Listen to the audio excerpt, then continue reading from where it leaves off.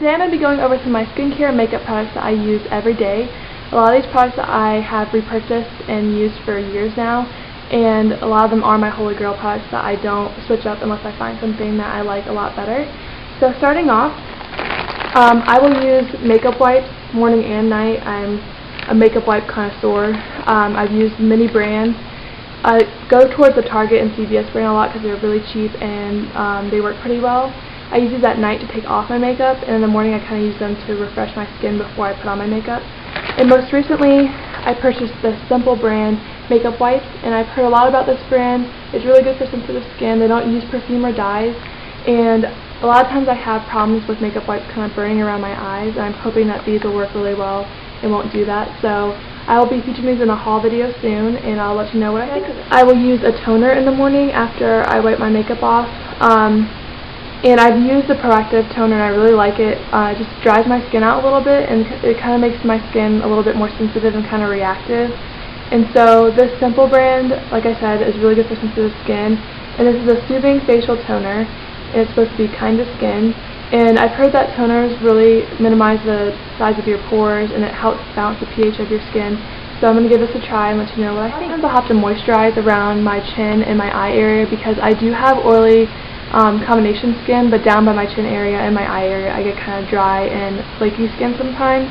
So I found this Olay Fresh Effect BB cream, and this is a fair to light shade, and I try to stray away from BB creams just because they kind of make your skin more dewy, and that's good for dry skin, but it might not be so good for oily skin. But this is more like a tinted moisturizer, and it says Skin Perfecting Tinted Moisturizer with Sunscreen. It's supposed to be broad spectrum SPF 15, and this smells so good.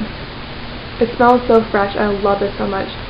Like, I've gotten to the point where I'll use this before I put on my foundation, and my makeup brushes even smell like this, and it smells good, and I don't even mind it because it smells so good. Most recently, my mom just found this Skin Miracle Transformer, and this is a little bit more pricey, around $30, and I think you can get this on Amazon also. And it's supposed to hydrate, prime, enhance, mattify, and protect. And it's a 5-in-1 tinted skin enhancer. And so I use this kind of as a primer, but it does have SPF 20 in it, so that's good too. It's medium, and I was kind of afraid to use it because my mom's darker than I am. I'm very fair. But it blends right into the skin, and it kind of like blurs your imperfections of your face. So I like this on my nose and around my T-zone because it really kind of minimizes my pores. And so I really like this a lot. Next, I will use a concealer, and this is a Bare Minerals concealer in Light 1. I've been using Bare Minerals for years now. Since I was 16, I got it for my birthday, my 16th birthday, and I'm about to turn 21. So yeah, I've been using this for 3 to 4 years, and I love it. And so this is what it looks like. It's kind of a creamy, it's not actually a powder, this is a creamy concealer. They just came out with this one a couple years ago. And I use this around my nose and my chin, and it kind of reduces the redness, and it just blends really well, and it's super smooth, and I really love this. Another concealer that I use is the MAC Studio Sculpt Concealer, and NW15 is my color. And you can see, this is kind of like more of a heavy, kind of clay consistency. I wouldn't use this around my nose because I think it would look kind of cakey, but I do love this for blemishes. So I have acne scars, and I do have the occasional blemish, and I use a small brush, and we'll just dip this into this pot and kind of tap it onto that blemish and kind of smooth it in with my index finger, and I just really love this. It's really opaque and very pigmented, so it really covers blemishes really well. So I love this, and I probably repurchased this. This is probably my 3rd one, but it lasts for a very long time. Last is my Bare Minerals Original Foundation, and I've been, like I said, I've had this since I was 16.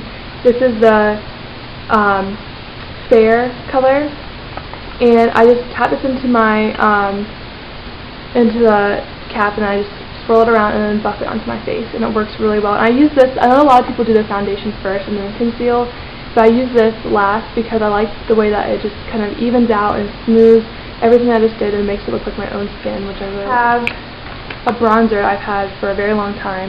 This is the NYC Sun 2 Bronzing Face Powder. I can barely see it because it's so rubbed off, as you can see.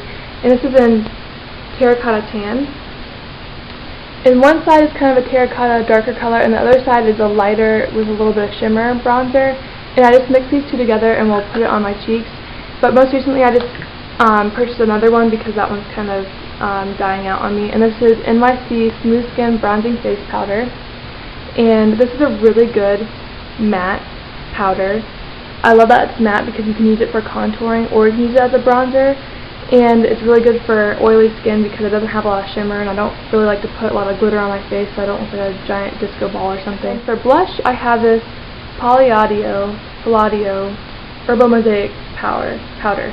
And I believe I got this from Ulta, but I think they had this at Target as well. And this color is Pink Truffle.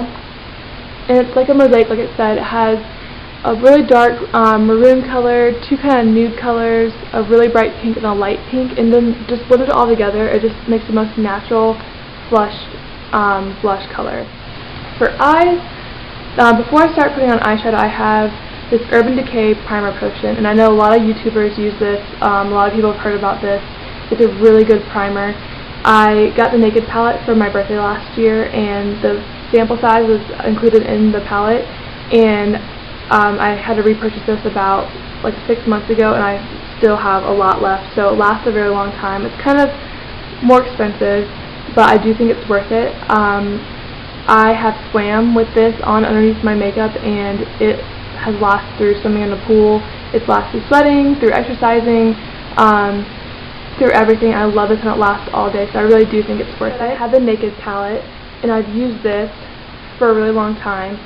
I've used it probably every day since I got it for my birthday last year, and you can see I've used the heck out of all the natural colors, and not so much the dark colors. I just save these for special occasions or for nighttime if I want a more dramatic look. But yeah, I've used these every day, and I love the formula of these powders, and I love the way they go on. As much as I love the Naked palette, I did just buy this Lorac Pro palette. I've heard so much about this actually on YouTube. A lot of people have talked about it, and it's kind of more pricey, but it is less expensive than the Naked palette. The Naked palette is $50, I think, and this is $42.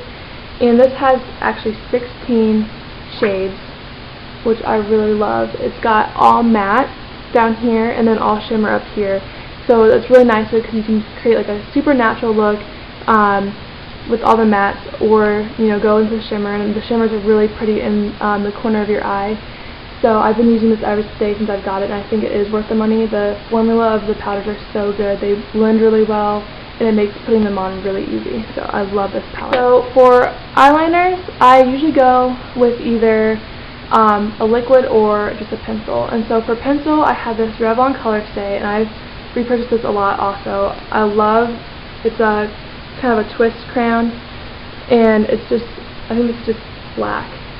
Yeah, it's just the black color. And I like this because it's a little bit more natural black eyeliner. I just kind of rub this into my lash line when I'm more natural during the day, and I use this mostly during the day. And yeah, I love this. It stays put all day long, and it's a really good eyeliner. Liquid eyeliner, this is the Milani Ultrafine Liquid Eyeliner in black vinyl. And I actually purchased this by mistake. I was looking for a felt tip kind of, like a pen that you don't have to dip into the inkwell. You can just write with it, because I think it's a lot easier to do a winged eyeliner. I'm pretty bad at liquid eyeliner. Getting both sides even is not my forte. But this is actually a felt tip, but you do have to dip it into the inkwell. I made a mistake, but it actually was kind of a happy mistake. And this is the blackest liquid eyeliner I've ever used before. I love it, and it stays put so well. It's actually kind of a pain to get off if you don't have a good makeup remover.